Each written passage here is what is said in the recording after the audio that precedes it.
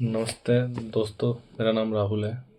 आजकल आपने देखा होगा कि आजकल कुछ लाल किला, कनॉट प्लेस, जामा मस्जिद के सामने कुछ न्यूज़ एंकर्स जो अपने आप को न्यूज़ कहते हैं इंडिया का, दिन भर एक ही बकचोदी करते रहते हैं कि ये बम कौन फोड़ रहा है, वंदे मातरम किसको बोलना है। मतलब कोई मुद्दा ही नहीं इन साढ़े चूतियों पे। अब ये बताओ कि इन पे ना तो रोजगार पे कोई बात होता है,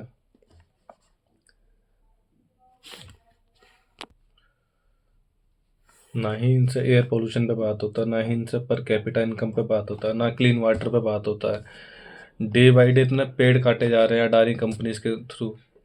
किसी भी टॉपिक, मैन टॉपिक पे इनसे बात नहीं हो रही। बस इनसे एक वंदे मातरम बुलवा लो कि उससे देश आगे निकल लेगा। एक इनसे कि सभी मुस्लिमों को एक ही लाइन में खड़ा करना कि ये सभी आतंकवादी है, कि मुस्लिमों को पाकिस्तान भेज दो, इधर भेज दो, उधर भेज दो। और साले कुछ नहीं करते, सब साढ़े चूतिए लोग। केवल ये हिंदू मुस्लिम करते हैं। ये हिंदू मुस्लिम क्यों करते हैं? क्योंकि इनको ये पता है कि जब हम इनमें नफरत फैलाएंगे तो ही सारा वोट एक साइड से हिंदू का उठ के बीजेपी की ओर जाएगा। इस तरीके से ये वोट को काटने का काम करते हैं। क्योंकि देश में जब नफरत फैलेगी, मुस्लिम एक साइड होगा, हिंदू एक साइड होगा, वोट तभी बटेंगे। क्योंकि जब तक ये समझदार बनेंगे नहीं, जब तक नफरत फैलेगी नहीं, तब तक इनका वोट बटेगा नहीं। नफरत फैलते ही वोट बटना शुरू।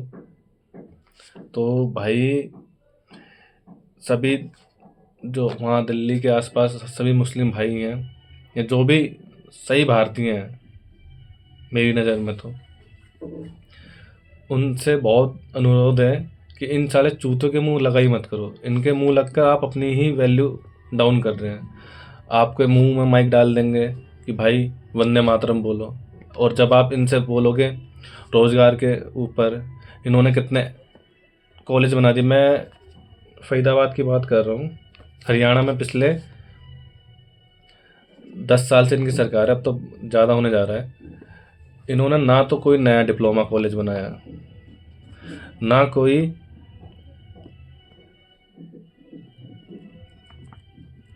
हॉस्पिटल बनवाया।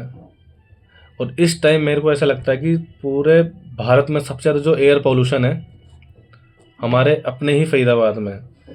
और यहाँ के तो सांसद जी को आपको पता ही है, जब बिजनेस मैन इंसान जब इंडिया में पॉलिटिक्स में आ जाते हैं ना, वो केवल अपना बिजनेस देखते हैं कि उन्हें पता मैं वोट खरीद लूँगा और जनता जाए अपनी माँ बहन कराने। मैं कह रहा हूँ, पता नहीं यहाँ से कभी बीजेपी हटेगी भी नहीं हटेगी, लेकिन और अदर ज़िले में देख लेता हूँ, चलो वहाँ के बंदे तो ठोक के बोल लेते कि यहाँ कुछ गलत हो रहा है। यहाँ फरीदाबाद में तो मुझे लगता ही नहीं कि कोई इनके खिलाफ आवाज़ उठा पाएगा।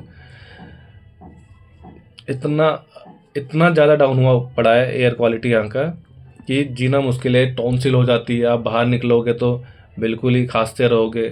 सांसद जी को कोई परवाह ही नहीं है, और आप बोल दोगे तो बदमाशी के रूप में, तुम्हें पता ही है नेता कितने बदमाश बने फिर हैं। सारी चीज़ें उनके हाथ में। ना कभी सड़क पे उतर के लोगों के मुद्दे के बारे में बोलते हैं, ना कभी पानी पानी इतना खारा हो रखा है कि पूरी पूरी फरीदाबाद की जनता पानी खरीद कर पीती है। इनसे फ्रेश वाटर के लिए बोल दो तो वंदे मातरम बुलवा दो, जय भारत माता की जय बुलवा लो। भाई, पूरे भारत के हर एक शख्स के अंदर आपसे ज़्यादा इंसानियत है और आपसे ज़्यादा मानवता है। और जो आपकी जो देशभक्ति पे सवाल उठाते हो ना, कि कुछ भी मुद्दा उठा लो तो भगवान का नाम लेकर उस मुद्दे को ही काट देते हो।